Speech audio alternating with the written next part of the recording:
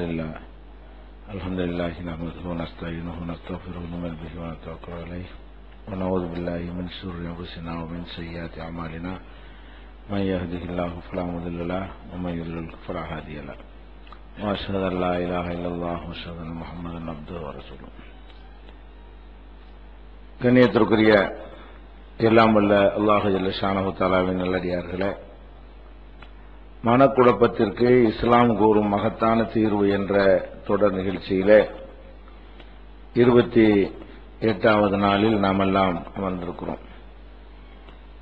கடந்த 2 தினங்களாக பெண்களுக்கு ஏற்படுகின்ற மனக்குழப்பங்கள், அவர்களுக்கு ஏற்படுகின்ற மன அழுத்தங்களில் சில விஷயங்களை நம்ம பார்த்து வருகிறோம். அதுல முக்கியமாக பலதார மனம், விவாகரத்து, இது போன்ற விஷயங்களில் மற்ற எந்த மார்க்கத்தை விடவும் நம்முடைய மார்க்கம் சிறந்த முறையில் பெண்களுடைய உரிமையை பாதுகாக்கிறது என்பதை ஒரு பகுதியை நம்ம பார்த்தோம். அதுபோக இந்த மகளிர் அமைப்புகள் என்கிற பெயர்ல முஸ்லிம் பெண்களை தவறான திசை திருப்பக்கூடிய வகையிலெல்லாம் இஸ்லாம் பெண்கள் உரிமை பறிக்கிறது, பெண்களை கொடுமைப்படுத்துகிறது என்றெல்லாம் பிரச்சாரம் செய்யும் பொழுது அதனால் ஏற்படக்கூடிய மனக்குழப்பத்தையும் நம்ம ஓரளவுக்கு அறிந்து கொள்ள வேண்டும். இந்த மகளிர் அமைப்புகள் என்று சொல்லக்கூடியவர்கள் முஸ்லிம் பெண்கள் வீட்டில் அடைந்து கிடக்கிறார்கள், அவங்க மற்றவர்களைப் போல உடைகள் அணிகிறது கிடையாது, அவங்களுக்கு மற்றவங்களுக்கு உள்ள உரிமைகள் கிடைக்கிறது இல்லை என்றெல்லாம் மேம்போக்காக பிரச்சாரம் செய்து வருவதை பார்க்கிறோம். அதே நேரத்தில் பெண்களுடைய உரிமைக்கு போராடுவதாக சொல்லக்கூடிய இந்த மகளிர் அமைப்புகள் எல்லாம் ஒரு வகையில பார்த்து அவங்களே முரண்படுகிற காட்சியை நீங்கள் பார்க்கலாம்.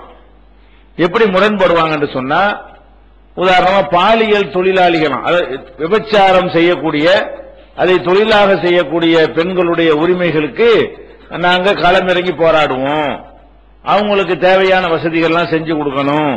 பாலியல் தொழிலாளி, அது பாலியல் தொழிலாது, பாலியல் தொழிலாளிகளாக இருக்கக்கூடிய பெண்களுக்கு அவங்களுக்கு எல்லாருக்கும் கிடைக்கக்கூடிய உரிமைகள் அவங்களுக்கு கிடைக்கணும் என்றெல்லாம் சொல்லக்கூடியவர்களாக யார் இருக்கிறா? மகளிர் அமைப்புகள் இருக்கிறாங்க. அப்ப இந்த மகளிர் அமைப்புகள் இதுக்கு முன்னாடி என்ன சொல்லிக் கொண்டிருந்தார்கள் என்று சொன்னால், கணவன் என்று ஒருத்தன் இருக்கும் பொழுது, அவனை விட்டுட்டு மனைவி என்று ஒருத்தி இருக்கும் பொழுது அவளை விட்டுட்டு வேற ஒருத்தியை திருமணம் செய்வது பெரிய பெண்களுடைய உரிமையை பறிக்குதுன்னு சொன்னாங்கல்ல. அதுல அவர்கள் உண்மையாளர்களாக இருந்தால் இந்த விபச்சாரம் செய்யறவர்களுக்கு எதிராக தானே பேசணும். இந்த விபச்சாரம் செய்யக்கூடியவர்களால் தானே இந்த ஆம்பளை கெட்டு போறான். ஒரு மனைவிக்கு கணவனாக இருக்கக்கூடியவன் வேற வகையில தடம் புரண்டு போறதுக்கு யார் காரணமா இருக்கிறா? இந்த விபச்சார தொழில் செய்யக்கூடியவங்க காரணமா இருக்கிறாங்க. அவங்க அது மாதிரியாக இருக்கக்கூடிய வகையில, ஆண்களை கவரக்கூடிய வகையில, ஆண்களுடைய அந்த பலவீனத்தை பயன்படுத்தி கொண்டு பணம் பறிப்பதற்கும் என்ன பிற காரியத்துக்கும் செய்யும் பொழுது இவங்க உண்மையிலேயே பெண்களுடைய உரிமையை பாதுகாக்கக்கூடியவங்களா இருந்தா என்ன செய்யணும்? ஒருத்திக்கு கணவனா இருப்பவனை நீ எப்படி வசப்படுத்துற, அவனை எப்படி கெடுக்கிற, அவனுடைய வாழ்க்கையில் இப்படி விளையாடுறன்னு கேட்கணும். இவங்களாம் சொல்றாங்க ஒரு மனைவி இருக்கும் போது இன்னொருத்திய கல்யாணம் பண்ணலாமா என்று ஒரு பக்கம் பேசிக்கொண்டு, அந்த மாதிரி ஆண்களை கெடுக்கக்கூடிய பெண்களுக்கு எல்லாரையும் போல அவங்களை மதிக்கணும், அவங்களை கண்ணியப்படுத்தணும், அவங்களை பள்ளிக்கூடங்கள்ல சேர்க்கும் பொழுது தாய் பெயரை சேர்க்கணும், தகப்பன் யாருன்னு தெரியாட்டி என்ன செய்யணும், தாய் பெயர்ல சேர்க்கக்கூடிய உரிமை அவர்களுக்கு வழங்க வேண்டும்.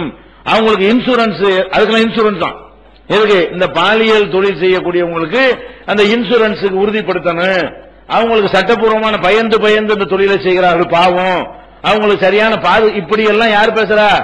இந்த மகளிர் அமைப்பு மண்டகள் என்ற ஒரு கூட்டம். ஒரு பக்கம் பார்த்தா என்ன செய்யறாங்க, இந்த பெண்களை விட்டுட்டு புருஷன் வேற ஒருத்திய நாடுகிறான் என்று கேட்கிறார்கள். அது உண்மையாளர்களா இருந்தா இந்த மாதிரி தப்பான தொழில் பண்ணக்கூடிய பெண்களை எதிர்க்கணுமா இல்லையா? கண்டிக்கணுமா இல்லையா? அவங்களை ஒழிக்கணுமா இல்லையா?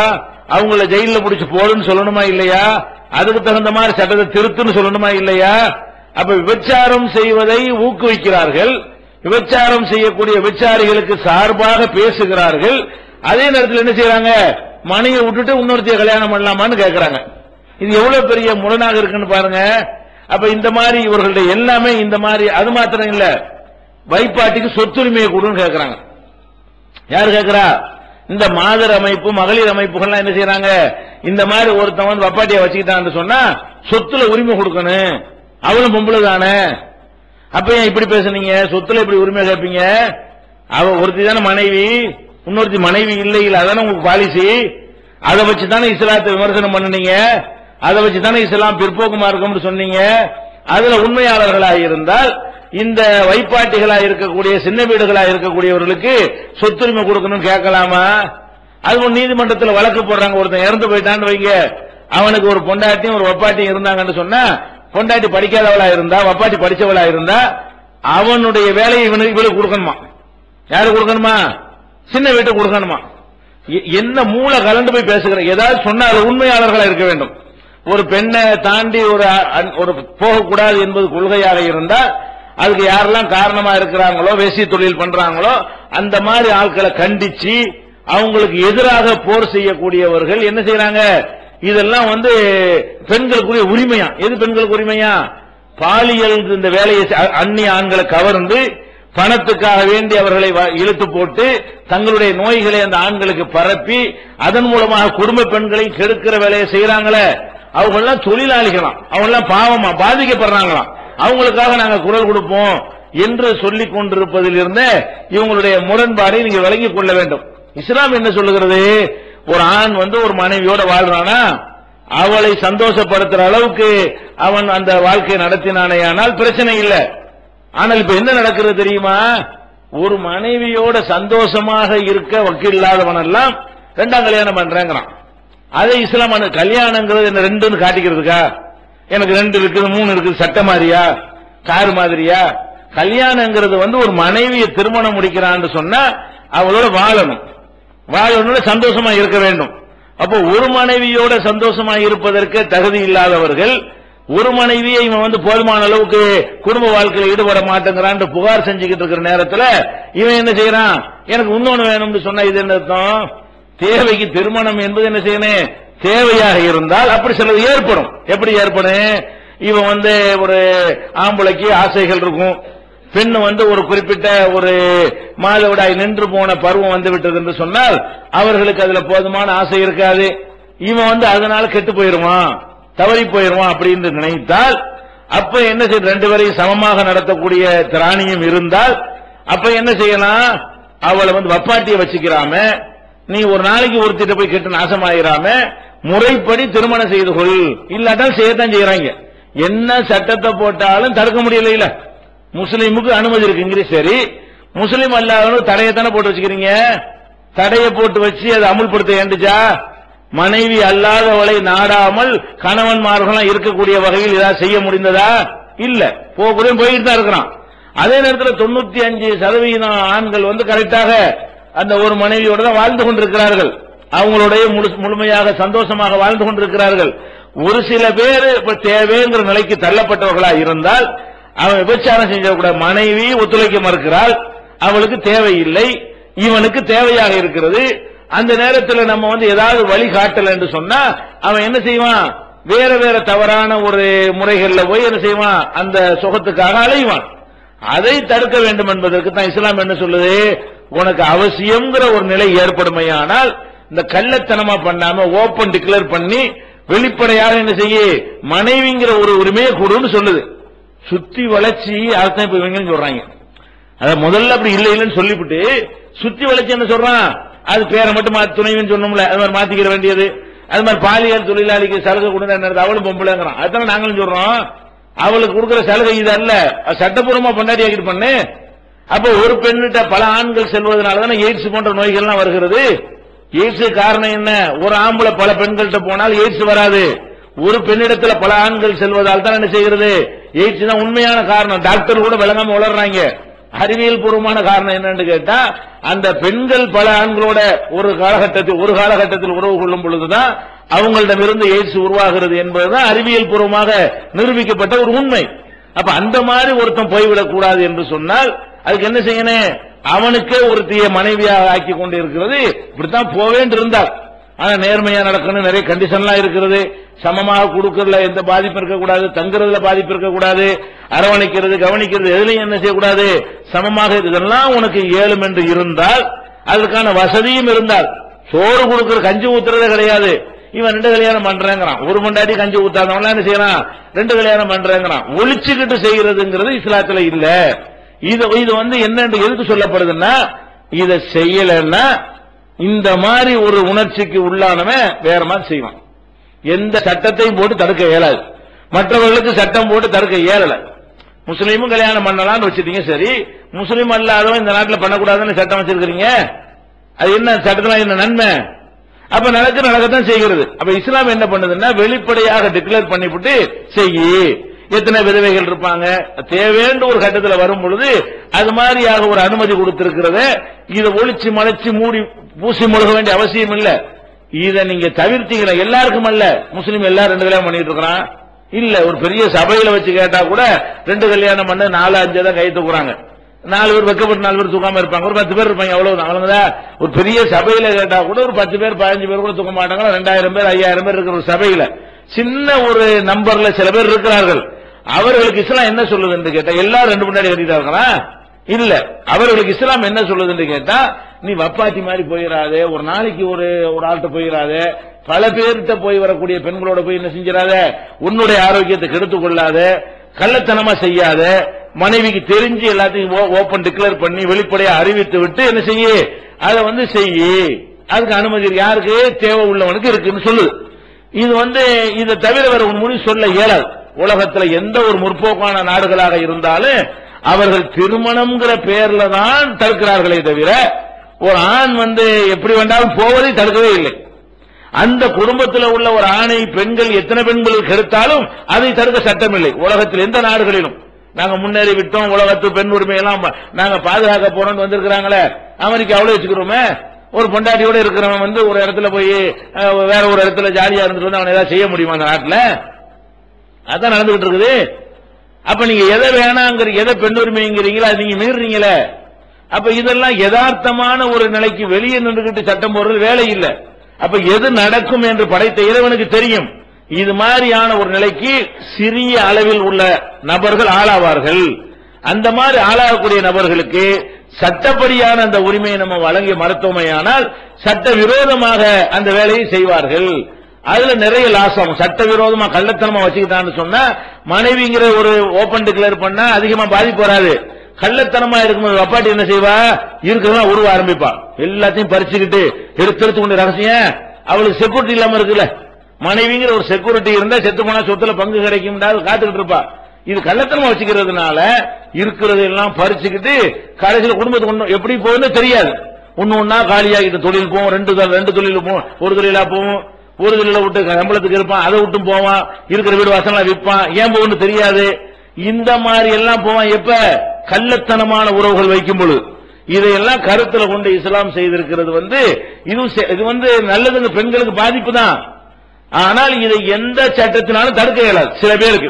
சில பேர் அந்த மாதிரி ஒரு உணர்ச்சி வசப்பட்ட நிலையில் இருப்பார்களே, ஆனால் எந்த சட்டங்களாலும் தடுக்க முடியாது என்ற காரணத்தினால் சில கண்டிஷனை போட்டு மனைவி ஒழுங்கா நடத்தணும், அது மாதிரி பாரபட்சமா இருக்கக்கூடாது, இந்த மாதிரியான சில கண்டிஷன்களை போட்டு அனுமதிப்பதை என்ன செய்ய முடியாது, குறை செய்ய முடியாது என்பதை நம்ம என்ன செய்ய வழங்கிக் கொள்ள வேண்டும்.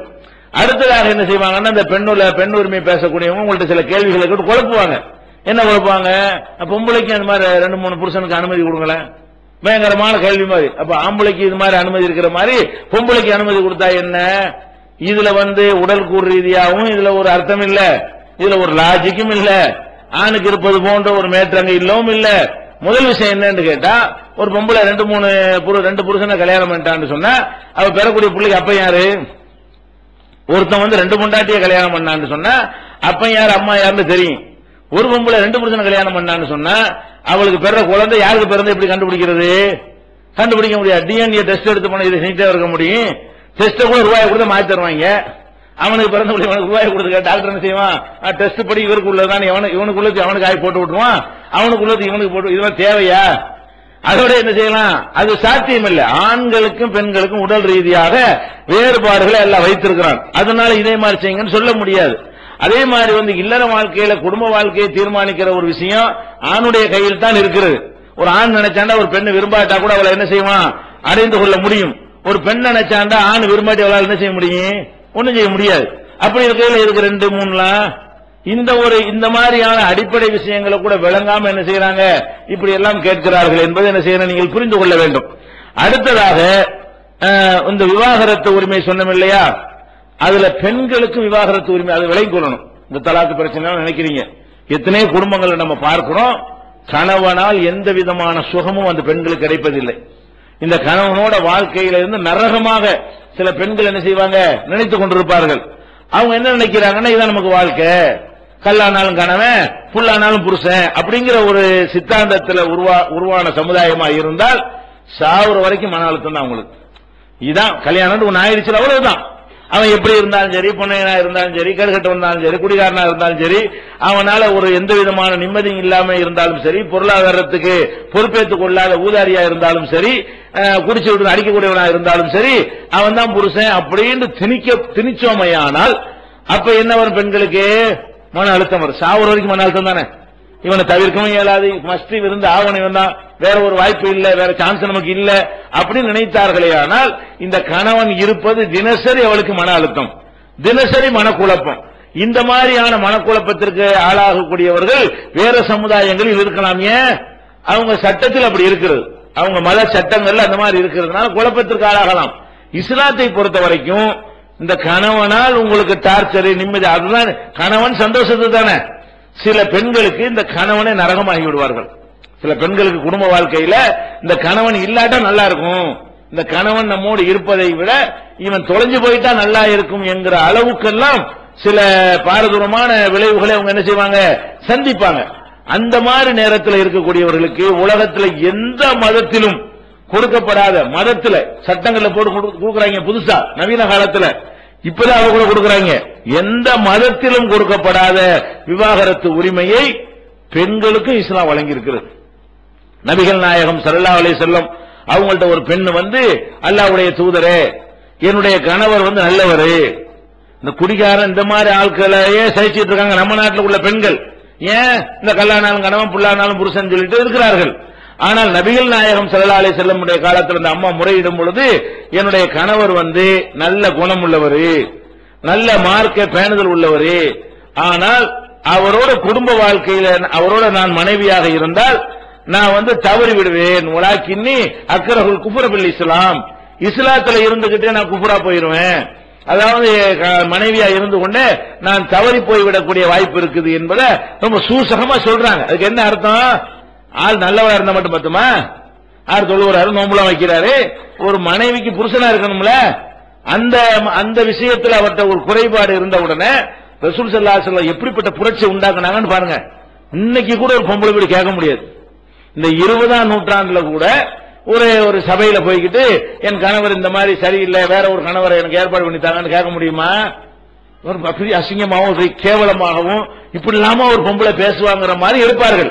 இது தப்பே கிடையாது இப்படி கேட்கறது. குடும்ப வாழ்க்கைங்கிறது சந்தோஷமா இருக்கிறது தான். நம்ம கணவன் மனைவிங்கிறது பிறப்புல அல்லாஹ் ஏற்படுத்தின உறவு கிடையாது, நம்மளா தேர்ந்தெடுத்து கொண்டதுதான். தாய் பிள்ளை மாதிரி அண்ணன் தம்பி மாதிரியான உறவா இது, நம்மளா ஒரு அக்ரிமெண்ட் போட்டுக்கொண்டு செய்த உறவு தான். அப்ப ரசூல் ஸல்லல்லாஹு அலைஹி வஸல்லம் வந்து அம்மா எப்படி கேட்கறாங்க, அல்லாஹ்வுடைய தூதரே, இவரோட நான் இருந்தேன்னு சொன்ன ஆள் நல்லவர் தான், ஆனா நான் வந்து நான் கெட்டு போயிருவேன் அப்படின்ற உடனே அப்ப ரசூல் ஸல்லல்லாஹு அலைஹி செய்யறாங்க, அப்ப உனக்கு அவர் வேணாமா? ஆமா. அப்ப அவர் மகராக நீ என்ன வாங்கின?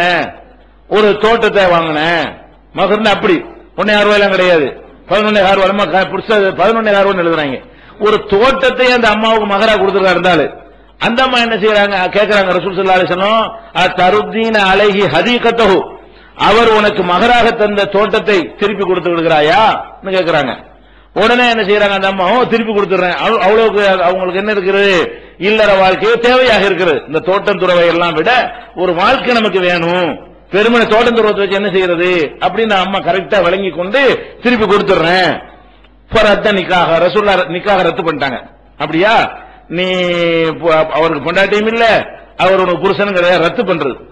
ஜமாத்தை தலைவரை நெஞ்சு பண்ணலாம், திருமணத்தை ரத்து செஞ்சிடலாம். எப்ப ஒரு மனைவி வந்து கணவன் மீது குறை சொல்லி புகார் சொன்னார்களே ஆனால் அப்ப நம்ம ரத்து செஞ்சு விடலாம். இப்படி உலகத்துல இன்னைக்கு கூட இந்த உரிமை கிடையாதுங்க. இன்றைக்கு கூட உலகத்துல எந்த ஒரு மதத்துல எந்த நாட்டிலையும் கூட இந்த மாதிரி கிடையாது. இந்த மாதிரி பெண்கள் வாய் வந்து பேச முடியாது. ரசூல் ஸல்லல்லாஹு அலைஹி வஸல்லம் உண்டாக்குன புரட்சி எப்படிப்பட்ட புரட்சின்னா, அந்த பெண்கள் கூட வெக்க கூச்சம் இல்லாமல் தங்களுக்கு தேவையான ஒரு விஷயத்தை வெளிப்படையாக பேசுகிற அளவில் எல்லாம் இருக்கிறது.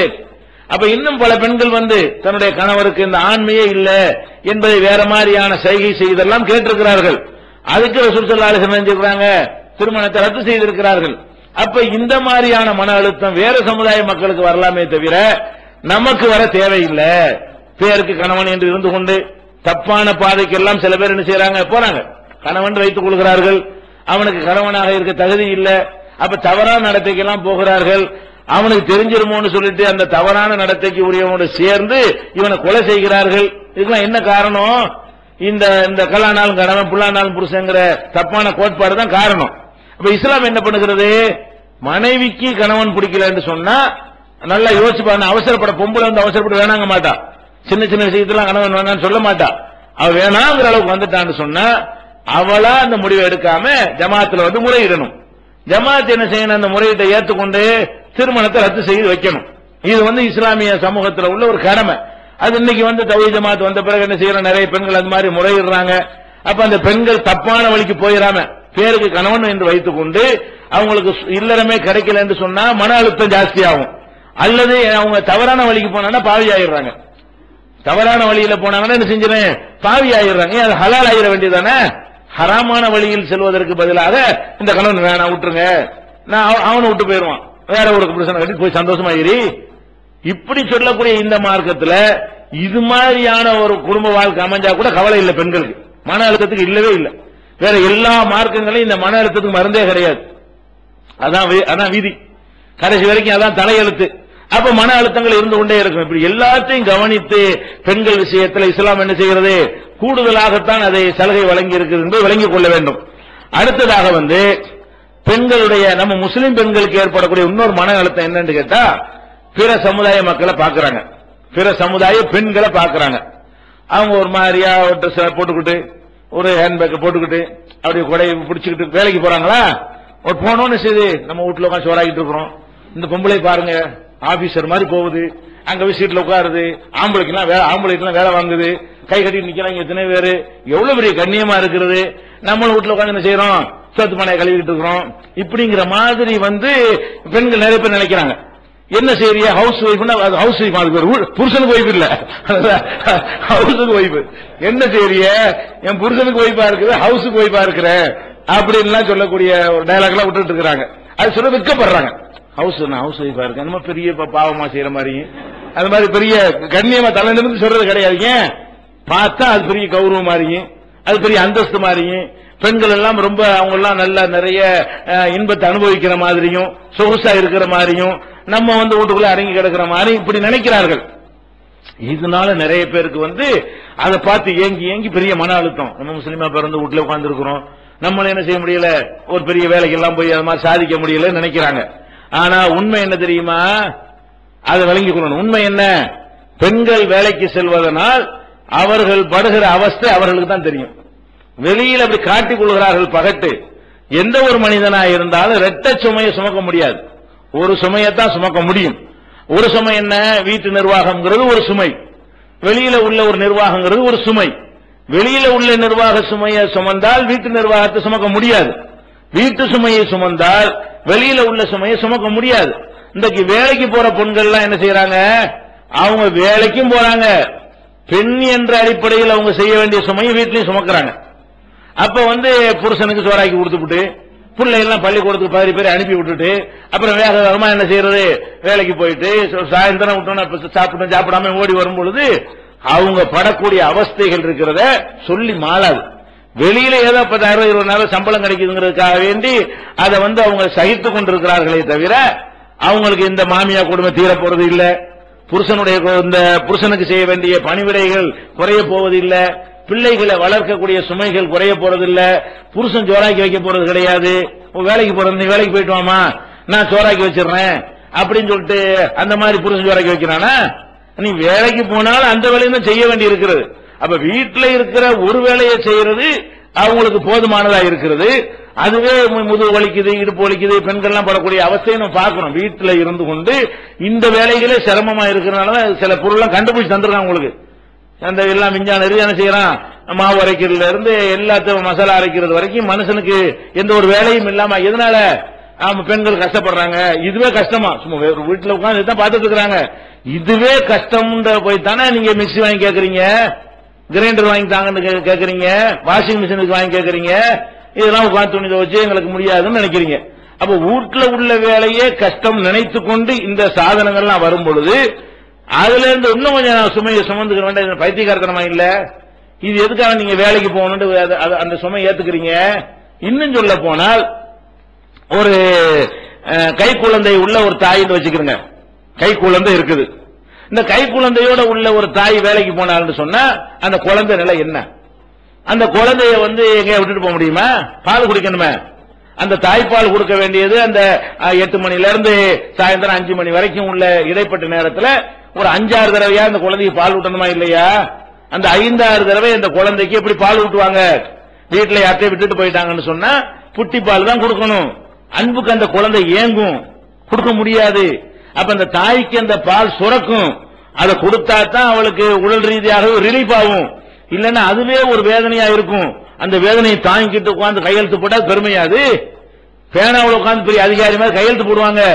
உடல் ரீதியா அந்த பால் சுரந்த பிறகு அவங்க படக்கூடிய அவஸ்தை இருக்கிறத, ஒருத்தனுக்கு யூரின் போற மாதிரி வந்த ஒரு நேரம் வந்துருச்சுன்னு வைங்க, இந்த அந்தாண்டு இருக்கிறது இப்பதான் உடனே போகணும். அந்த நேரத்தில் அவன் எந்த வழியாவது ஈடுபாடு செய்ய முடியுமா? அதை விட அதிகமான முறையில் என்ன இருக்கு, இது ஒரு வேதனையாக இருக்கும். அந்த பால் சுரந்து உடனே உடனே கொடுக்கவில்லை என்று சொன்னால் அப்ப நம்ம என்ன வழங்கணும்? இதெல்லாம் நீ வேலைக்கு போறங்கிறிய, நான் வேலைக்கு போறேன், நீ 5 தடவை என் பிள்ளைக்கு பால் கொடுன்னு புருஷன் சொல்லிட்டு போக முடியுமா? அவன் பால் கொடுப்பானா?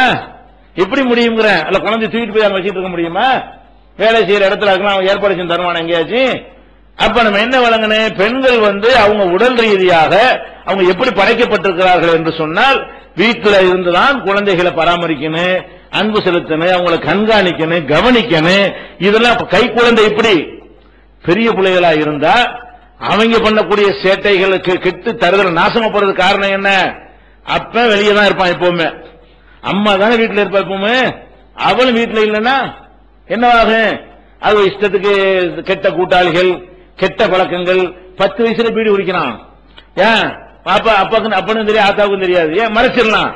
அம்மா இருந்து கவனிச்சாலையானால் அவருடைய ஒவ்வொரு நடவடிக்கை என்ன செய்வா? பாப்பா. அப்ப அந்த குழந்தைகளை நல்ல நல்ல ஒரு குழந்தையா வளர்க்கிறது என்பது பெரிய கேவலமா? அது பெண்ணுரிமைக்கு இழுக்கா? பெத்தீங்களா? அது பெத்ததே இழுக்குன்னு சொல்லிட்டு பெறாம இருந்துட்டு போங்க. பிள்ளைய பெற்றெடுக்கிறீங்க, பெற்றெடுத்து அதை ஒரு நல்ல ஒரு சமூகத்துக்கு பயன்படக்கூடியவனா வளர்க்கணுமா இல்லையா? கண்ணியமா வளர்க்கணுமா இல்லையா? அப்ப குடிகாரனாக, புகைப்பழக்கத்துக்கு ஆளானவனாக, கெட்ட சவகாசம் உள்ளவனாக, திருடனாக, வீட்டில் உள்ள பொருளை திருடக்கூடியவனாக ஒரு குழந்தை உருவாகிறான் என்று சொன்னால் காரணம் என்ன? ஒன்னு தகப்பன் இருந்து கண்காணிக்கணும், தாய் கண்காணிக்கணும். தகப்பனுக்கு முடியாது, பிசிக்கலா முடியாது. 2 பேரும் போட்டு மண்டையை போட்டு தாட்டிடுவான். பொம்பளை மாதிரி அரவணைச்சு இருக்க முடியாது. சேட்டமன் என்ன செய்வான்? அவனை காட்டி பயம் காட்டலாமே தவிர ஒரு அம்மா தான் என்ன செய்வாங்க? ஒரு கண்டிப்போட கொஞ்சம் மென்மையாகவும் பாசத்தை காட்டியும் செய்வாங்க. அப்ப அந்த குழந்தை தாய்ப்பாலுக்கு ஏங்கும் நினைத்துக் கொண்டு நீ வேலைக்கு போறிய. இது இந்த மாதிரி ஒரு நிலைக்கு உங்களை ஆளாக்குனா நல்லதா கெட்டதா? அது உங்க பிள்ளை பெற்ற தாய்மார்களுக்கு தெரியும், கை குழந்தை வைத்திருக்கிற தாய்மார்களுக்கு தெரியும். அப்ப இது எவ்வளவு பெரிய ஒரு வேதனை. இந்த வேலைங்கிற ஒரு 5000 10,000 சம்பளம் தர்றதுக்காக வேண்டி எவ்வளவு பெரிய ஒரு இன்பத்தை இழக்கிறாங்க அவங்க. அந்த குழந்தையை கொஞ்சி மகிழ்வது, அந்த கொஞ்சி மகிழ்றமே, அதுலதான் அந்த படம் அப்படி ஏறும், மனசுல ஏறும். அந்த குழந்தைக்கு தாய்னா என்ன இருக்கு? நமக்கு எல்லாமே தாய் தான் அப்படிங்கிற எப்ப உண்டாகுனா திருப்பி திருப்பி அந்த குழந்தைய கொஞ்சி அது உச்சி மோந்து அதை கட்டி அணைத்து அதெல்லாம் செய்யும் பொழுது தாய் மீது தனி பாசம் உருவாகும். இந்த மாதிரி போட்டியெல்லாம் அவன் என்ன செய்வான்? அவன் வளர்ந்த பிறகு உங்களை கொண்டு முதிர் எழுத்துல போட்டுருவான். அவன் உங்களை கவனிக்க, நீங்க கவனிச்சல அவனை? நீங்க அவனை முடியாத நேரத்தில் நீங்க கவனிச்சீங்களா? பால் ஊட்டினீங்களா? மூத்திரம் மேஞ்சி தௌசர்ல மூத்திரம் மேஞ்சி கிடப்பான், அதை கவனிக்கிறதுக்கு தாய் இருக்க மாட்டீங்க. இன்னொருத்தவங்களை விட்டுட்டு போய் அவங்க அதை கவனிக்கிறாங்க. மலத்திலேயே கிடக்கும் அந்த குழந்தை, ஜலத்திலேயே கிடக்கும், அசிங்கமாயிட்டு கிடக்கும், அதை கவனிப்பாளற்று கிடக்கும். இந்த மாதிரி எல்லாம் நம்மளை போட்டாங்களேன்னு அவன் நினைச்சான்னு சொன்னா உங்களுக்கு தெருவில் போடுவானா இல்லையா? அப்ப நம்ம என்ன விளங்கணும்? அதாவது பெண்கள் வேலைக்கு போறது என்பது பெரிய கௌரவம் மாதிரியும், வீட்டுக்குள்ள இருக்கிறது கேவலம் மாதிரி. வீட்டுக்குள்ள இருக்கிறது சும்மா இருக்கிறதா? வீட்டுக்குள்ள வேலை ஜாஸ்தி. வேலை இல்லாம பெண்களை வச்சிருக்கிறதாக தப்பா சித்தரிக்கிறாங்க. 2 டிபார்ட்மெண்ட், கல்வி அமைச்சர் கல்வியை பார்க்கணும், மருத்துவ அமைச்சர் வந்து மருத்துவத்தை பார்க்கணும். இவர் அதை பார்க்க கூடாது, அவர் இதை பார்க்க கூடாது. அவங்க இவங்களுக்கு ஒரு உள்துறை அமைச்சர், இவங்க வெளியுறவு. ஒரு குடும்பத்தில் 2 செக்ஷன் இருக்கிறது.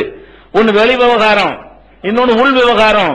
உள் விவகாரத்தை பூரா அந்த பெண்கள் தானே பார்க்கறாங்க, நிர்ணயிக்கிறாங்க, கணக்கு பண்றாங்க. இவ்வளவு சமையலுக்கு என்ன சாமான் வாங்கணும்னு நினைக்கிறாங்க, என்ன மாதிரியான உணவு உடம்புக்கு நல்லதுன்னு ஹோட்டல்ல போய் தந்து நாசமாக்கிற கூடாது, கெட்ட கெட்ட பொருள்களை போடுவாங்க அப்படின்னு சொல்லி கணவனையும் பிள்ளையும் தன்னையும் நல்ல முறையில் கவனிக்கிறதெல்லாம் அற்பமான கேவலமான வேலையா?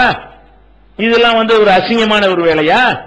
அப்படியாக அவங்க சித்தரிக்கிறார்கள். அது மாத்திரம் இல்ல, இந்த வேலைக்கு செல்லுகிற பெண்களுடைய குடும்ப வாழ்க்கை எப்படி இருக்கு தெரியுமா? இவன் பணத்துக்காக வேண்டி வேலைக்கு அனுப்பிடுவான், சம்பளம் கிடைக்கிறதுக்காக வேண்டி. ஆனா மனசுல கூட என்ன இருக்கும்னு கேட்டா, இந்த வேலைக்கு போனால அவனோட எப்படி பேசிட்டு இருப்பாளோ, இவனோட பேசிட்டு இருப்பாளோ, மேனேஜர் மேல ஒருத்தன் அவன் சின்ன வயசு பையன் மாதிரி தெரிகிறான, அவனோட பழகிடுவாளோ, இப்படியே நினைச்சுக்கிட்டு சித்திரவதையும் பண்ணுவான். அப்படின்னு நான் சொல்லவில்லை. சென்னையில 2 வருடத்திற்கு முன்னாடி போலீஸ் கமிஷனர் வந்து வேலைக்கு செல்லும் மகளிரை எல்லாம் கூப்பிட்டு வச்சுக்கிட்டு ஒரு கலந்துரையாடல் பண்றாரு. அதுல ஒவ்வொரு அம்மாவும் எந்திரிச்சு சொல்றாங்க, நாங்க வேலைக்கு போனா புருஷன்காரன் சந்தேகப்படுறான், நாங்க அலங்கரிச்சுட்டு போனா யாருக்கடி அலங்கரிக்கிறேன்னு கேட்கறான். அப்ப புருஷன் நரக வாழ்க்கையா போது பாருங்களேன். அது மாதிரி மேல உள்ள அதிகாரிகள் இருக்கிறான, அவங்க வந்து எங்களை வந்து செக்ஸ் டார்ச்சர் பண்றாங்க, அவங்களை அனுசரிச்சா தான் வேலை கிடைக்கும், அனுசரிக்கலன்னா வேற ஒரு ரிமார்க் பண்ணி நீக்கி விட்டுருவாங்க, ப்ரமோஷனை கட் பண்ணிடுவாங்க, அவங்களுக்கு நாங்க இணங்க வேண்டிய நிலைக்கு தள்ளப்பட்டோம் என்று சொன்னால் அதுவே எங்களை உறுத்தும். நாளைக்கு புருஷனுக்கு தெரிஞ்சு போயிடுச்சுன்னா எங்க மன வாழ்க்கை வீணா போயிருமே என்ற மாதிரியான ஒரு கவலையில நாங்க இருப்போம். பஸ்ல ஏற முடியாது, எப்படா பிரேக் பிடிப்பான் அப்படி சொல்றாங்க அந்த பெண்கள். எப்ப பஸ்ல வந்து பிரேக் பிடிப்பான்னு பார்த்துட்டு மேல வந்து சாய்வார்கள். இப்படி பலவிதமான டார்ச்சர் பண்ணுகிறார்கள். போற வர வழியில கேலி பண்ணுகிறார்கள். எங்களுக்கு நிம்மதியா அந்த வேலைக்கு போறது மாதிரியான ஒரு நரக வேலை. நாங்கள் ரெட்ட சுமை சுமக்கிறோம். மாமனார் மாமியார் கொடுமை இப்பவும் எங்களுக்கு குறைந்தபாடு இல்ல. அப்ப அந்த போறவங்கள்ட்ட போய் கேட்டதான் தெரியும். பக்கத்துக்கு இப்படி சொல்லிக்கிறாங்களே தவிர உள்ளுக்குள்ள புழுங்கி புழுங்கி சாவக்கூடிய காட்சியை பார்க்கிறோம்.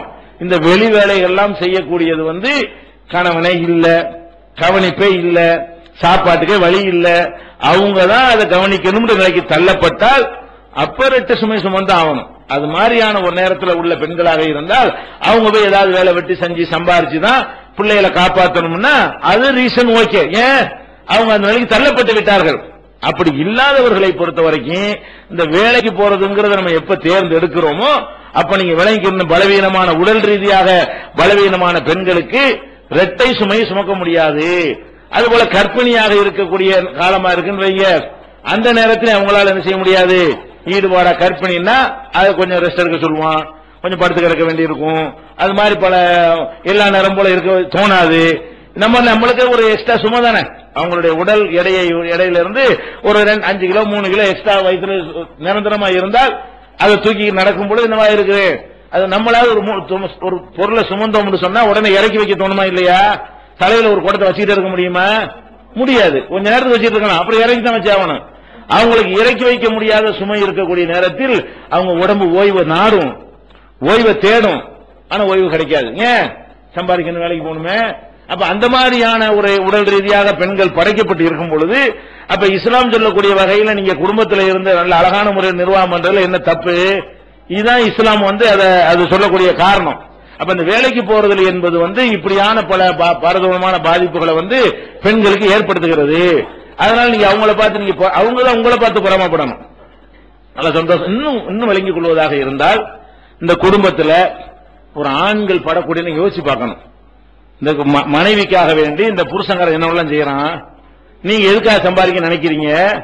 நீங்க சம்பாதிச்சா கூட இந்த புருஷன் சம்பாதிச்சு உங்களை எந்த மாதிரி வச்சிருக்கிறான் அப்படி உங்களுக்கு சம்பாதிக்க இயலாது.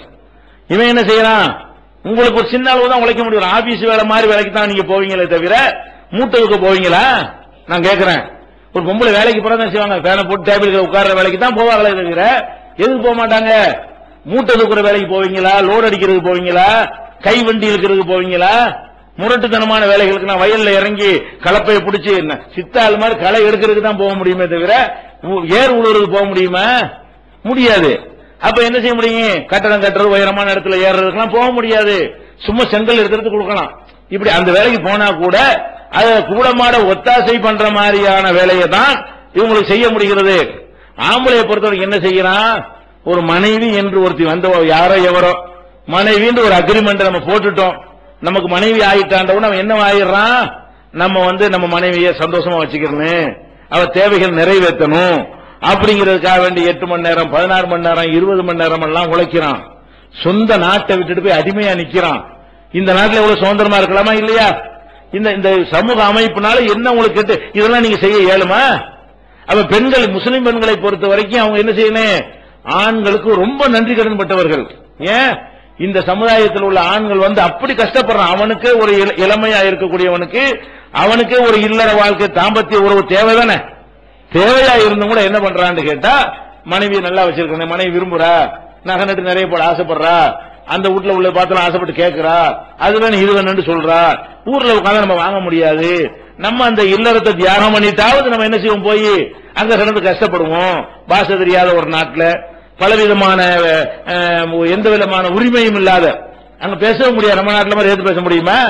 வாயை திறக்க முடியாது, 3 பேர் ஒன்னா உட்காந்து பிடிச்சு கொண்டு வச்சுப்பாங்க. அந்த மாதிரியான எந்த ஒரு உரிமை, ஓட்டுரிமை கிடையாது, சட்டப்பூர்வமான எந்த உரிமையும் கிடையாது, கார்டு இல்லாம வெளியே நடமாட முடியாது, அது மாதிரி பாஸ்போர்ட் கூட கையில இருக்காது, அவங்க கையில மாட்டிக்கிட்டு இருக்கு, பிடிக்கலன்னு சொல்லி உடனே புறப்பட்டு வர முடியாது. அவன் என்னைக்கு பாஸ்போர்ட் ரிலீஸ் பண்ணி தர்றானோ அன்னைக்கு தான் நாட்டை விட்டு வர முடியும். அது மாதிரி ஒட்டகத்தை மேய்க்க விட்டாலும் சரி, உங்களை என்ன மாதிரி வேலையில போட்டாலும் சரி, அந்த இந்த விசா எவ்வளவு காலம் இருக்குதோ அது வரைக்கும் உங்களால தப்பிச்சு என்ன செய்ய முடியாது. அங்க இருந்து அவன் என்ன மாதிரி வேதனை எல்லாம் படுறான்னு உங்களுக்கு தெரியும். அரபு நாடுகள்ல போய் இந்த மாதிரியான ஏஜென்ட்களை நம்பி பொய்யா சொல்லி 40,000 ரூபாய் சம்பளம் அந்த மாதிரி வேலை, கலெக்டர் வேலை மாதிரி சொல்லுவாங்க, பில்டப் கொடுப்பாங்க. அது நம்பிக்கிட்டு அங்க போனா என்ன செய்வாங்க, பாலைவனத்தில் கொண்டு ஒட்டகத்தோட போட்டு விட்டுருவாங்க. ஒட்டகத்தை கடிக்கிற உண்ணி நம்மளையும் கடிக்கும், ஒன்னும் பண்ண முடியாது.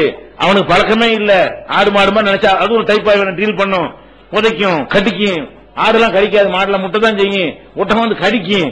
இதெல்லாம் அவனுக்கு விளங்காது. இந்த மாதிரி ஒட்டகம் கடி வாங்கிட்டு மிதி வாங்கிட்டு பாலைவனத்து வெயில தாங்கி கொண்டு அந்த ஒட்டகத்தோட சேர்ந்து உள்ள அந்த கிருமிகளோட இவனும் பழகி கொண்டு இந்த மாதிரி அவன் வாழ்ந்துகிட்டு இருக்கிறான்.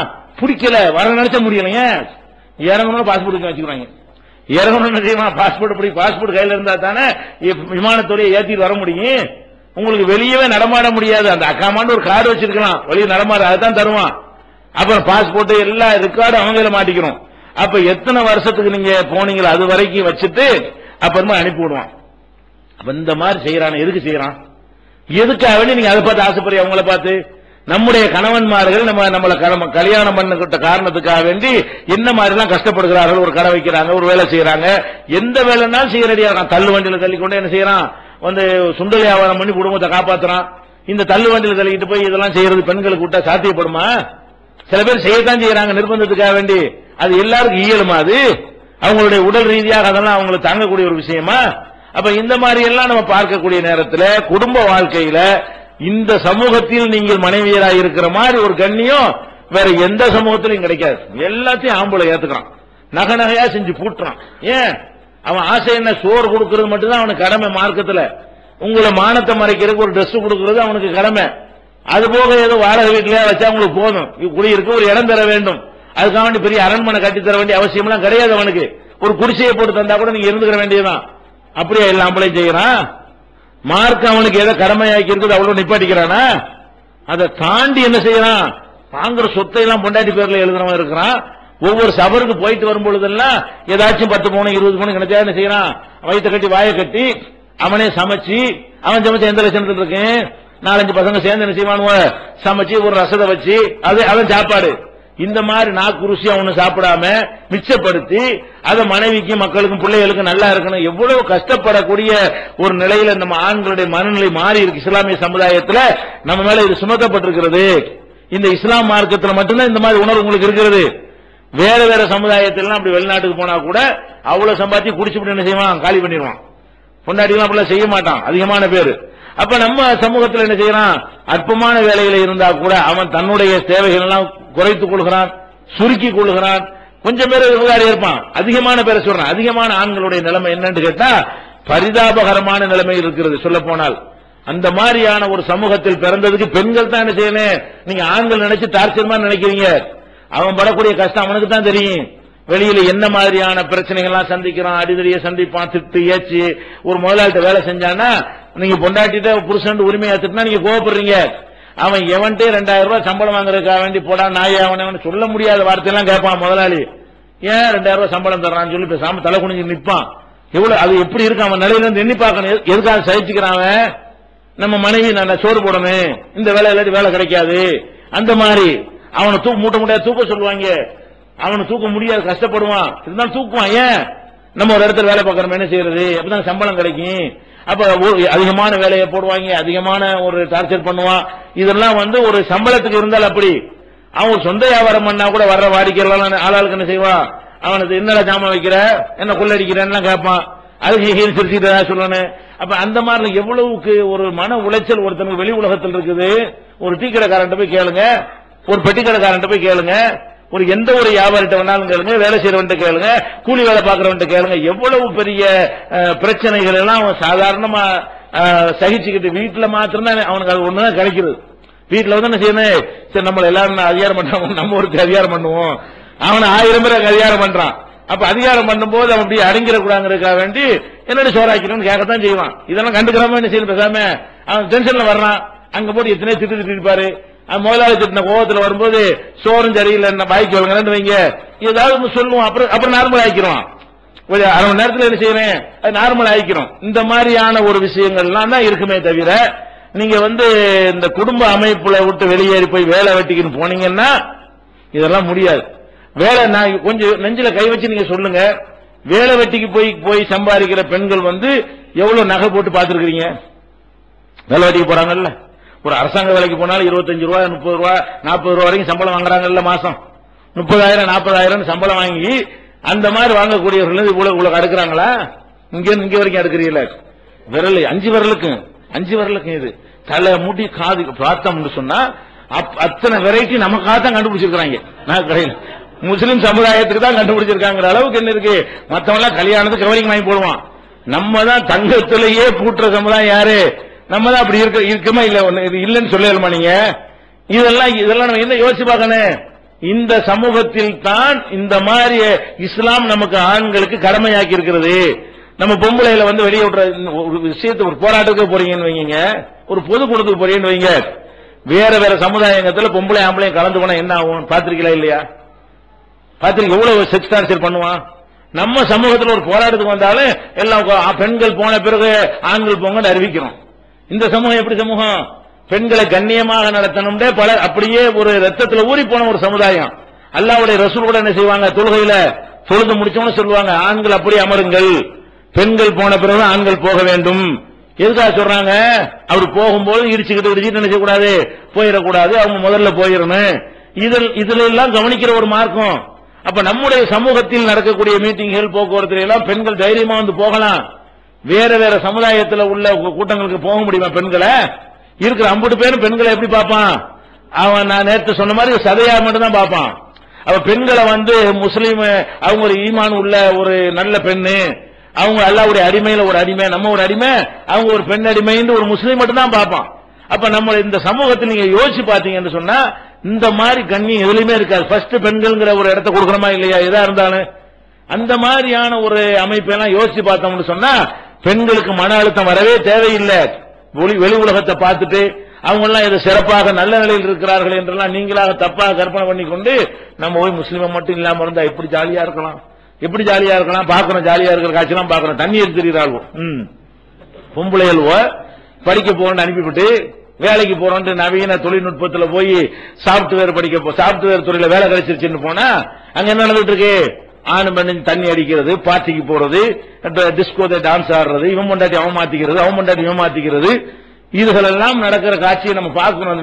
வேலைக்குன்னு போய்விட்டு என்ன மாதிரி கூத்துகள்லாம், எந்த விதமான ஒரு வெக்கமான ரோசம் எல்லாத்தையும் இழந்து பீடி குடிச்சிட்டு திரிகிறது, சிகரெட் அடிக்கிறது, தண்ணியில மிதக்கிறது. பெண்கள் ஒரு ஆம்பளைக்கு நிகரா போறோம்னு சொல்லி இந்த மாதிரி எல்லாம் ஆம்பளைக்கு தாங்கும் உடல் அமைப்பு.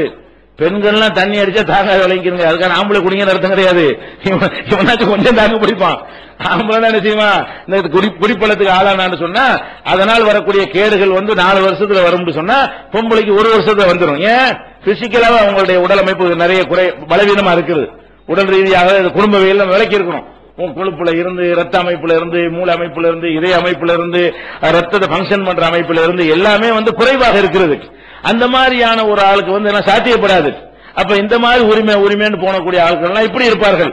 அல்லது என்ன செய்வாங்க, ஒரு நாளைக்கு ஒருத்தனோட போய் சுத்துறது, பாய் ஃப்ரெண்ட் கேட்டா என்ன செய்வது, பாய் ஃப்ரெண்ட். அதுக்கு பாய் ஃப்ரெண்ட் எப்படி பாய் இப்படி பொம்பளைக்கு ஃப்ரெண்டா இருக்க முடியும்? ஒரு ஆம்பளைக்கு பொம்பளை இப்படி கேர்ள் ஃப்ரெண்டா இருக்க முடியும்? அக்கா தங்கச்சியா இருக்கலாம், அண்ணன் தம்பியா இருக்கலாம், இல்லாட்டி பொண்டாட்டி தான் இருக்க முடியும், வேற ஒன்னாவும் இருக்க முடியாது. அப்ப இவன் என்ன செய்யறான், பாய் ஃப்ரெண்ட் போய்கிட்டு பொம்பளை சுத்துறான், கேர்ள் ஃப்ரெண்ட் போய் சுத்தக்கூடிய காட்சியை பார்க்கிறோம். இதெல்லாம் நல்லதா? இதெல்லாம் கண்ணியமா? இதெல்லாம் கௌரவமா? நமக்கு எவ்வளவு கண்ணியமா இல்லாம பெருமைப்படுங்க. இந்த மார்க்கத்தில் பிறந்திருக்கா, நம்ம கஷ்டப்பட்டு தான் அந்த மார்க்கத்தில் வரல, வாரிசு முறையில வந்துட்டோம். நீங்க எல்லா மார்க்கத்தையும் அலசி ஆராய்ச்சி தேர்ந்தெடுத்த இஸ்லாத்துக்கு வந்தீங்க இல்ல. அல்லாஹ் முஸ்லிம் குடும்பத்தில் பிறக்க வச்சு வாரிசு முறையில கிடைச்சு போச்சு. அது சாதாரண விஷயம் கிடையாது. இஸ்லாமிய சமூகத்தில் பிறந்திருப்பது ஆண்களா இருந்தாலும் பெண்களா இருந்தாலும் இந்த சமூகத்தில் நம்ம ஒரு அங்கம் இருக்கிறோமே, அதான் இந்த அர்ப்பணிப்பு. ஆண்கள் எடுத்துக்கொண்டாலும் நம்முடைய அர்ப்பணிப்பு இருக்க சாதாரண விஷயமா? நம்ம அர்ப்பணிக்கிறோம்ல எல்லாத்தையுமே. அந்த மாதிரியாக நம்ம இந்த மார்க்கம் நம்மளை அப்படியே நம்மளை பக்குவப்படுத்துகிறது. இந்த மார்க்கத்தின நம்பிக்கை குடும்ப அமைப்பு அந்த மாதிரி பக்குவப்படுத்துகிறது. ஒழுக்கமா இருக்கணும், நேர்மையா இருக்கணும், நம்ம தப்பு செஞ்சிடக்கூடாது, மனைவி தப்பு செஞ்சிடக்கூடாது, நல்லபடியா அந்த மாதிரியான ஒரு அடிப்படையில நம்ம வார்த்தெடுக்கப்பட்டோம் அடிப்படையில் இருந்த. அப்ப இதெல்லாம் நினைத்து பார்க்கும் பொழுது உலகத்தை நீங்கள் வெளி உலகத்தில் நடக்கக்கூடிய பிரச்சனை எல்லாம் பார்த்து விட்டு நீங்க என்ன செஞ்சிடக்கூடாது, பெண்களுக்கு ரொம்ப பண்ணா பிறந்து பெரிய கஷ்டமா இருக்கு, வேற சமுதாயத்து பொம்பளை இருந்தா நல்லா இருந்திருக்கலாம் மாத்திரம் நினைச்சிடாதீங்க. எவ்வளவு நல்லாவே கிடையாது. வேற எந்த ஒரு சமுதாயத்தை எடுத்துக்கொண்டாலும் நீங்க இருக்கிற அளவுக்கு நல்ல ஒரு நிலையில் என்ன செய்யல இருக்கல. இது ஒரு பெண்கள் சம்பந்தமாக அறிந்து கொள்ள வேண்டிய ஒரு விஷயம். அடுத்ததாக உள்ள விஷயம் என்னன்னு கேட்டா, இது இந்த மன அழுத்தத்துக்கு உரியது பெண்கள் சம்பந்தம் முடிந்து விட்டது. இது போக சில்லறையான நிறைய பிரச்சனைகள் இருக்குது. ஒரு நாள் தான் இருக்குது, அதுக்குள்ள எல்லாத்தையும் சொல்லவும் முடியாது. ஆனா எதையும் சொல்லாம விட்டா கூட உங்களுக்கு தீர்வு ஏற்கனவே பொதுவான தீர்வுல சொல்லியாச்சு. எந்த ஒரு உங்களுக்கு பாதிப்புகள் வந்தாலும் பொதுவான தீர்வுன்னு நினைஞ்சிருக்கிறோம். சில இஸ்லாம் சொல்லக்கூடிய இந்த அடிப்படைகளை சொல்லி இருக்கிறோம். அதுல இப்ப நம்மள்ட்ட உள்ள சில பலவீனங்களை நம்ம பார்க்க வேண்டியிருக்குது. நம்மள்ட்ட உள்ள மன அழுத்தத்திற்கு உள்ள சில காரியங்கள்ல குடிப்பழக்கம் நம்ம சமூகத்தில் என்ன இருக்கிறது. கொஞ்ச நாளா இந்த டாஸ்மாக்லாம் திறந்த பிறகு நம்ம பசங்களே குடிச்சிட்டு என்ன செய்யறாங்க, ஆட்டம் போடக்கூடிய காட்சியை பார்க்கிறோம். பெரிய பெரிய ஆட்கள்லாம் கூட என்ன செய்யறான், குடிப்பழகு மதுவுக்கு அடிமையாகிறான். ஏன்னா மதுன்னா முதல்ல அரசாங்கம் தடுக்கப்பட்டிருந்துச்சு, கள்ளத்தனமா தான் போய் குடிக்கணும், வெளிப்படையா கடையில போய் வாங்கிட்டு வர முடியாது. அப்படியான ஒரு காலம் என்ன செஞ்சது, ஒரு காலத்துல தமிழகத்துல இருந்தது. இந்தியா முழுவதும் மதுக்களை திறந்திருந்த காலத்துல தமிழ்நாடு மாத்திரம் என்னவா இருந்துச்சு, மதுவுக்கு இடம் கொடுக்காம ஒரு நல்ல ஒரு மாநிலமாக இருந்தது. இந்த திராவிட பேசி பேசி ஆட்சிக்கு வந்த இந்த கும்பல் ஆட்சிக்கு வந்த பிறகு எல்லாமே அந்த குடி இதெல்லாம் மூழ்கி போனவர்களுடைய ஆட்சிக்கு வந்த பிறகு என்ன ஆச்சு, மதுபானங்களை திறந்து விடப்பட்டு இது சர்வசாதாரணமா அரசாங்கமே என்ன செய்கிறது, மதுபானத்தை விற்பனை செய்து பல இந்த இலவசமா உங்களுக்கு வர்றதா என்ன நினைச்சிட்டு இருக்கீங்க, எல்லாம் நம்ம வீட்டு ஆம்பளையில குடிச்சிட்டு வர்றதுதான் நமக்கு என்ன செய்யறான், ஒரு மாசத்துல குடிக்கிற காசுக்கு தான் உங்களுக்கு ஒரு ஃபேன் தர்றான், வேற ஒண்ணு இல்ல. ஒரு மாசத்துக்கு குடிச்சிட்டு வருவான்ல, அதுல கிடைக்கக்கூடிய லாபத்துல ஒரு மாச லாபத்துல என்ன செய்யறான், ஒரு ஃபேனும் ஒரு கிரைண்டரும் தர்றானே தவிர மீதி உள்ள 11 மாசம் குடிக்கிற காசுலாம் அரசாங்கம் நடக்கிறது. நம்ம வீட்டுல உள்ள ஆம்பளை குடிச்சாதான் அரசாங்கம் நடக்குங்கிற அளவுக்கு பல மடங்கு லாபம். இந்த சாராய கடையை திறந்ததுனால அரசாங்கத்துக்கு பெரிய அளவுல பணம் குவிக்கிறது. இந்த பணத்தை வச்சுதான் இலவச டிவி எல்லா திட்ட பலாய் வர்றது காரணம் என்ன, இல்லாட்டி இலவசம் கொடுக்க முடியுமா, எதை வச்சு கொடுக்கணும். அது இந்த மாதிரியான ஒரு தப்பான முறையில மக்கள் கிட்ட நாசமா குட்டிச்சு வர போனாலும் பரவாயில்லை அப்படிங்கிற மாதிரி என்ன செய்யறான், இந்த மதுபானத்தை வைத்து பரப்பி விட்டு விட்டான். இப்ப இந்த மதுபானத்திற்கு யாரெல்லாம் அடிமையாகிறாங்க, இந்த இளம் வயசு பிள்ளைங்க அடிமையாக விட்டுருவோம். மதுபானத்துக்கு அடிமையாகக்கூடியவர்களை பாத்தீங்கன்னு சொன்னா, நம்ம இதுவரைக்கும் சொன்னோம்ல சில மன அழுத்தங்கள், இந்த மன அழுத்தத்துக்கு ஆளானவன் தான் மதுவை தீர்வுன்னு நினைக்கிறான். அதிகமான பேர் என்ன செய்வான், பொன்னாட்டி தாட்சியை தாங்க முடியல, அது கடன் தொல்லை தாங்க முடியல, அல்லது குடும்ப வாழ்க்கையில ஈடுபட முடியல, நம்ம குடிச்சிட்டு போனா நம்ம குடும்ப வாழ்க்கையில் ஈடுபட கேட்க மாட்டாங்கல்ல, அதை மறைக்கிறதுக்காக வேண்டி தன்னுடைய பலவீனத்தை மறைக்கிறதுக்காக என்ன செய்வான், அவனுக்கு தாம்பத்தியமே அவனுக்கு தெரியாது, அதுல நாட்டமே இருக்காது. அப்ப வீட்டுல வந்தா சாதாரணமா இருந்தான்னு வைங்களேன், அது மனைவியால் கொஸ்டின் ஆக்கப்படும், ஒரு கேள்வியாக்கப்படும், அது கேவலமா அவனுக்கு இருக்கும். அதை மறைக்கிறதுக்கு என்ன செய்வான், தண்ணியை போட்டு வந்தானா என்ன செய்வான், குடிச்சிட்டு வந்தாரு என்ன செய்யறது, அப்படி போயிரு பஞ்சாயத்து. இவனுக்கு மேட்ரு இல்லைங்கிறது தெரியாது. அந்த மாதிரியான ஒரு அடிப்படையில் இந்த ஆண்மை குறைவை மறைப்பதற்காக வேண்டி சில பேர் என்ன செய்யறான், குடிக்கிற காட்சியை பார்க்கிறோம். கடன் தொல்லையா போன பிறகு அதில் மீள்வதற்கு வழி என்ன? குடிச்சாதான் நல்லது, கடன் தொல்லையில மீண்டுலாம் அப்படிங்கிற நினைத்துக்கொண்டு எதுக்கு மீளவெல்லாம் முடியாது. அவன் திட்டுறது விளங்காது, அவ்வளவுதான். யார்கிட்ட நம்ம கடன் வாங்கி இருக்கிறோமோ அவன் போதையில் இருக்கும் திட்டினாட்டா என்ன செய்யாது, அது விளங்காது. திட்டிட்டு போ, அதை சகித்துக் கொள்ளக்கூடிய தன்மை வருமே தவிர போதை தெரிஞ்சவன் உடவா போறாங்க, போதை தெரிஞ்சவன் எடுத்து வச்சு சாப்பிட்டுதான் போறான். அது தீர்வுன்னு நினைக்கிறான். என்ன செய்யறான்? நம்ம தண்ணி அடிச்சோம்னா அதுல தப்பிச்சுக்கலாம். இந்த மாதிரி என்ன செய்யறான். ஆனால் இந்த மதுபான பழக்கத்தினால் ஏற்படுற விளைவுகளை மார்க்க ரீதியாக அது என்ன சொல்லுது என்று இரண்டாவது பார்க்கணும். முஸ்லிம்கள்ட்ட இந்த மாதிரியான ஒரு பழக்கம் முசீபத் வந்திருக்கிற காரணத்தினால் மதுபானத்தினால் உள்ள விவரங்கள் என்ன சொல்றான்னு கேட்டா, மேலை நாடுகள்ல எடுத்துக்கிட்டீங்கன்னா குடிபோதையில வாகனம் ஓட்டுறான் இல்லையா, அதுல மேற்கத்திய நாடுகள்ல குடிபோதையில் வாகனம் ஓட்டுற காரணத்தினால 25,000 பேர் சாவணும். பொதுவான சாவு தனி, போதையில வாகனம் ஓட்டுறதுனால உள்ள எக்ஸ்ட்ரா சாவு எவ்வளவு? 25,000 பேர் வருஷத்துக்கு என்ன செய்யறான்? போதையில் வண்டியை ஓட்டிட்டு சாவுறான். அப்ப நீ தீர்வு போதை தான் தீர்வுன்னு நினைச்சிட்டு இருக்கிறீங்க. இந்த போதையில நீ வண்டியை கையில் எடுத்தா டூ வீலரா இருக்கட்டும், அது காராக இருக்கட்டும், ஏதாவது ஒரு பஸ்ஸாவே இருக்கட்டும், இந்த டூ வீலர் அந்த மாதிரி எடுத்துட்டு போனீங்கன்னு சொன்னா 25,000 பேர் சாவுறான். சாவத்தானே செய்வான். வண்டி ஓட்டக்கூடியவனுக்கு ஒரு சின்ன செங்கல் எப்படி தெரியும்? ஒரு இமயமலை மாதிரி தெரியும். போதையில் இருக்கிறான், அது நடந்து போகும்போது செய்வான். ஒரு சின்ன கல் இருக்கும், இப்படி தாண்டுவான். உலகால இருக்கக்கூடிய ஒரு பொருளை தாண்டறதுக்கு 2 காலம் இப்படி தூக்கி வச்சு பெரிய ஒரு 20 அடி பொருளை தாண்டற மாதிரி என்ன செய்வான்? ஏன் அப்படி தெரியும்? எல்லாமே டபுளா ட்ரிபிளா அப்படி பல மாதிரி தண்ணியுடைய அளவுக்கு தகுந்த மாதிரி என்ன செய்யும் அவனுக்கு தெரியும். அப்ப அந்த மாதிரி இருக்கக்கூடிய நேரத்தில் ஒரு வேப்ப மரம் இருக்குன்னு வைங்களேன், அது இங்க இருக்குது அங்க இருக்கிற மாதிரி அவனுக்கு தெரியும், முட்டிடுவான். அது அங்க இருக்குது, தூரத்தில் இருக்குது, ஒரே அடியா இருக்கிறது. ஒருத்தர் குறுக்க வர்றான்னு வைங்க, அவன் எங்கேயோ வர்றதா நினைக்குவான், அந்த கணக்கு வந்துட்டு இருப்பான். அவன் வண்டி ஓட்டிட்டு போறான்ல போத்து கேத்து. அப்ப இவனும் சாவுறான், எதிர்க்க வர்றவனும் என்ன செய்யறான்? சாவடிக்கக்கூடிய காட்சியை பார்க்கிறோம். அதே மாதிரி இந்த மதுபானத்தை அருந்திய பிறகு போதையில் தான் 15,000 பேர் தற்கொலை செஞ்சிருக்கான். இவன் என்ன சொல்லிட்டு தெரிஞ்சா, இதை நாங்கள் குடித்து விட்டால் நாங்கள் கவலை மறந்துடுவோம். மறக்கலடா, குடிச்ச பிறகு என்ன செய்யற? தூக்க மாற்ற. அது மூளை வேலை செய்ய மாட்டேங்குது. ஒரே செக்ஷன் எது குடிக்கிற பிரச்சனை தீர்ந்து கடந்துள்ள தாங்க முடியல, தொந்தரவு பண்றாங்க நினைச்சுக்கிட்டே குடிக்கிறியா? குடிச்சு முடிச்சு என்ன செய்யணும்? செத்துரும். மற்ற செக்ஷன் அவுட்டா. அப்ப குடிபோதையில தற்கொலை செய்யறவன் வருஷத்துக்கு 15, மேலே நாட்டில் மட்டும் 15,000 பேரு குடிபோதையில் தன்னைத்தானே செஞ்சான், தற்கொலை செய்யறான். அப்ப குடிபோதை தீர்வு இல்லைன்னு வழங்குதா இல்லையா? நீ மறக்கடிக்குவோம் நினைச்ச மறந்தியா? நீ உனக்கு விலங்குலையே தவிர உன்னை காலி பண்ணி போடுவோம். குடிபோதை உன்னைய நீனே சாவடிக்கக்கூடிய நிலைமைக்கு தள்ளிவிடும்.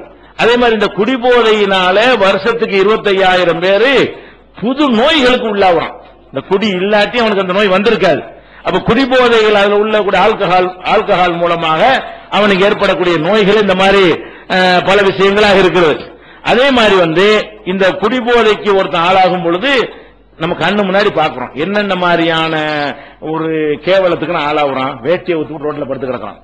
ஒரு கண்ணியமா ஒரு தொழிலதிபர்னு பேர் எடுத்தவன், ஒரு படிச்சவன் பேர் எடுத்தவன், ஒரு டாக்டர் பேர் எடுத்தவன், ஒரு என்ஜினியர் பேர் எடுத்தவன், ஒரு நல்ல மனிதர் அப்படின்னு பேர் எடுத்தவன் தண்ணியை போட்டு வந்தான்னு சொன்னா என்ன போதில் ஒண்ணும் தெரியாதா?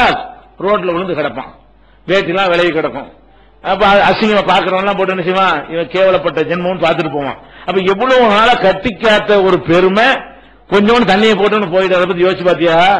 இப்ப இந்த போதையை அடிச்சவனே பேசக்கூடிய பேச்சனா என்னது? உன்னையே திருப்பி என்ன செய்வான்? சொல்லிக்கிட்டே இருப்பான். இல்லன்னா அதே தான் சொல்லிட்டு இருப்பான். திருப்பி என்ன செய்வான்? தேஞ்சவன் இருக்காரு மாதிரி பேசிக்கிட்டே இருப்பான். அப்ப என்ன பேசுறான்னு தெரியாது, யார்கிட்ட பேசுறான்னு தெரியாது. பொண்டாட்டியை பிடிச்சி அம்மான்னு சொல்லுவான், அம்மா போய் பொண்டாட்டியுமா.